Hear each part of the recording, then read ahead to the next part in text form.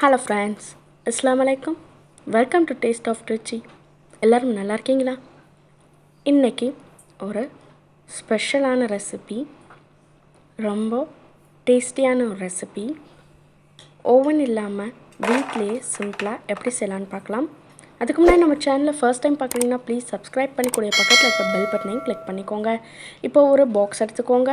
அதில் ஒரு cup tutti frutti, 3/4 cup பேரிச்சப்பழம், 3/4 கப் நட்ஸ் raisins, முக்கியமாக கருப்பு ரைசின் சேர்த்துக்கோங்க. 1 கப் திராட்சை பழ ஜூஸ், கிரேப் ஜூஸ் எல்லாத்தையும் சேர்த்து நல்ல ஒரு மிக்ஸ் கொடுத்து மூடி போட்டு ஒரு 2 நாள் ஊற விட்டுருங்க. அந்த நட்ஸ் எல்லாம் கிரேப் ஜூஸில் நல்லா ஊறணும். குறைஞ்சபட்சம் 1 நாளாவது நல்லா ஊறட்டும். இப்போது ஒரு மிக்சிங் பவுலில் 3 முட்டையை உடச்சி ஊற்றிக்கோங்க. முட்டையை நல்லா பீட் பண்ணிக்கோங்க. பீட்டர் எதுவும் தேவையில்லை, கையாலேயே ஸ்பூனோ இந்த மாதிரி கரண்டியை வச்சு பீட் பண்ணிக்கோங்க. இப்போது 1 கப் மைதா, 1 teaspoon baking powder, 1/2 teaspoon baking soda, 1/4 teaspoon பட்டை கிராம்பு ஏலக்காய் தூள். இந்த ரெசிபிக்கு இது ரொம்பவே ஒரு இம்பார்ட்டண்டான ஒரு இன்க்ரீடியன்ட்ஸ். அடுத்தது 3/4 கப் நாட்டு சர்க்கரை. நாட்டு சர்க்கரை ஆட் பண்ணுறதால நல்ல ஒரு கலர் வரும். நாட்டு சர்க்கரைக்கு பதிலாக நீங்கள் கேரமலைஸ் பண்ணி கூட ஆட் பண்ணிக்கலாம். பிஞ்ச் ஆஃப் சால்ட் ஆட் பண்ணிக்கோங்க. 3/4 கப் குக்கிங் ஆயில் ஆட் பண்ணிக்கோங்க. குக்கிங் ஆயிலுக்கு பதிலாக பட்டர் கூட ஆட் பண்ணிக்கலாம்.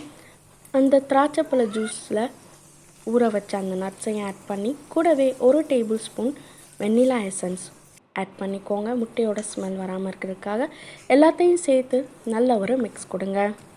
சுகரை கேரமலைஸ் பண்ணுறதுக்கு வெள்ளை சர்க்கரை யூஸ் பண்ணுறதா இருந்தால் கேரமலைஸ் பண்ணுறது எப்படின்னு ஆல்ரெடியே நம்ம சேனலில் திருநெல்வேலி அல்வா செய்கிறதுக்கு போட்டிருக்கோம்.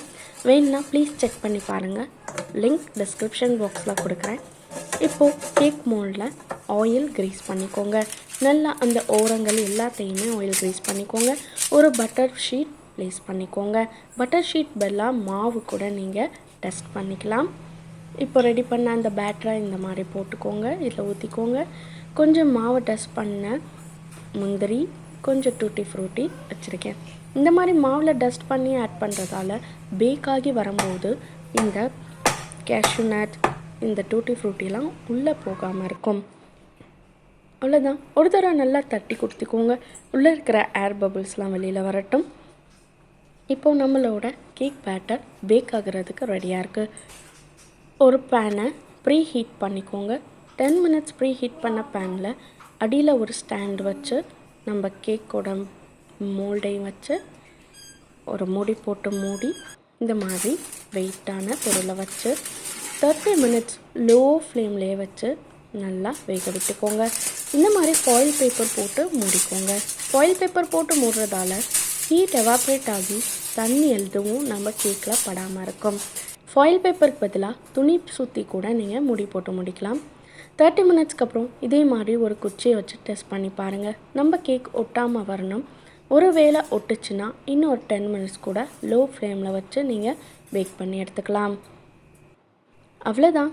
நம்மளோட சூப்பரான கிறிஸ்மஸ் கேக், ப்ளம் கேக், ரிச்சாக நல்ல ஃப்ரூட்ஸோட நல்ல நட்ஸோட சாப்பிட ரெடியாக இருக்குது. ஓரங்கள் எல்லாம் நல்லா இதே மாதிரி கத்தி வச்சு எடுத்து விட்டுக்கோங்க.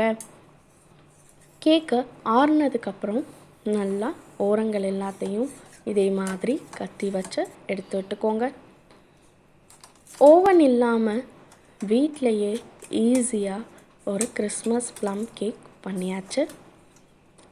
உங்களுக்கு பார்த்தாலே தெரியும் நம்ம கேக் அழகாக ஃப்ளவ்வியாக நல்லா பேக் ஆகி சைட்லேயும் நல்லா ஒட்டாமல் அழகாக வந்திருக்கு. நல்லா ஆறுனதுக்கப்புறம் இந்த கேக்கை ஒரு பிளேட்டில் இதே மாதிரி ட்ரான்ஸ்ஃபர் பண்ணிக்கோங்க.